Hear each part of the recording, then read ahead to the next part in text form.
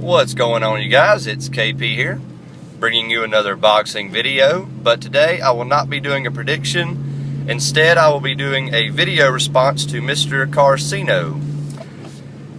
Karceno recently released a video entitled, Which Fighter Doesn't Belong on This List? Or I think that was the title. And on this list he had Evander Holyfield, Mike Tyson, Muhammad Ali, Floyd Mayweather Jr., and Manny Pacquiao. And he asked a very simple question. He said, which fighter does not belong on this list? Immediately, I went down and read the comment section because I always love to just see people arguing back and forth about Floyd Mayweather and Manny Pacquiao. And of course, that is what the argument below was about. It was Pacquiao doesn't belong on the list because and Floyd Mayweather doesn't belong on the list. To me, the video was much simpler than that. When I first saw those pictures of those five people, I immediately singled out Muhammad Ali and said, Muhammad Ali doesn't belong on this list. And before everyone gets into an uproar, hear me out. If I asked you, of those five, which was the best fighter, who would you pick? I would hope, sincerely, if you know anything about the sport of boxing, that you would pick Muhammad Ali. Accomplishment and legacy-wise, Ali is leaps and bounds above anyone on that particular list. He is on a short list that you could only put about 3 fighters on. He is up there with Sugar Ray Robinson, with Willie Pep, with Henry Armstrong. He is... Why would anyone try to compare Floyd Mayweather Jr. and Manny Pacquiao and Mike Tyson and Evander Holyfield to Muhammad Ali? Okay. If the list was based on pure boxing skill, okay, Manny Pacquiao doesn't belong on it. Sure, if it's based on who has the better technical skill. You could also argue that this is a list of knockout punchers. Muhammad Ali, Evander Holyfield, Mike Tyson, and Manny Pacquiao, all very good knockout artists. Mayweather doesn't possess that kind of power at 147 and 154. And 140.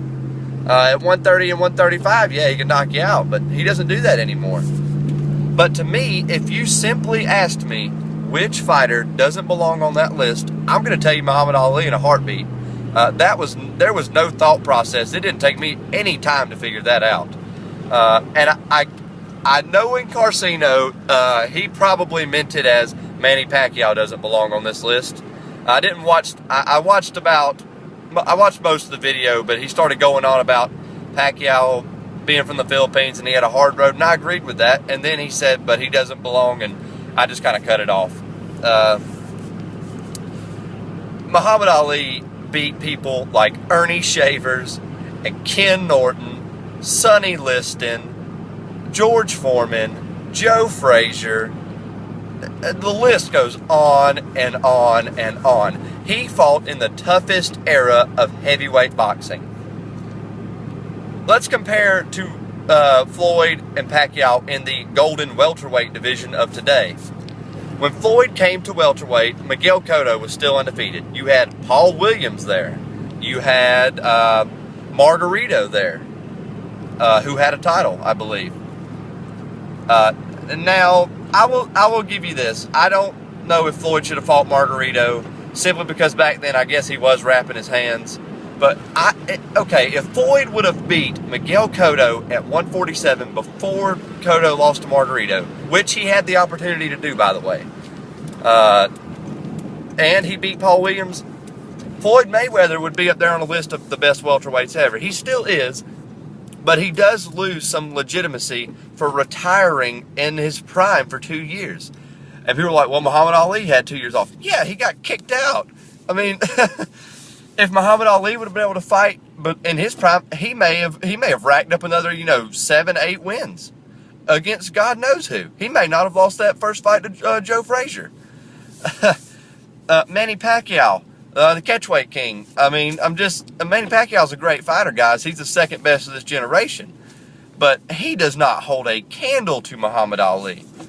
Mike Tyson lost to Buster Douglas in his physical prime. I don't want to hear it. Evander Holyfield, he may be the second best fighter on this damn list. I mean, now don't get me wrong, I do consider Floyd to be one of the best pure boxers of all time. Don't get me wrong, and I've stated that many a times. Manny Pacquiao is an extremely effective fighter. Mike Tyson, explosive heavyweight, would knock your head off. But none of these guys compare to Muhammad Ali. If you honestly are going to tell me that any of them do, then I'm just going to laugh in your face. And, I mean, I'll give it to you that Floyd is the best of this generation. I'll give you that.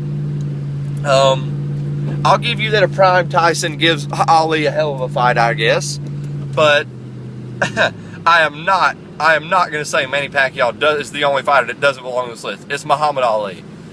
He is better than anyone on this list, by far. Let me know what you guys think.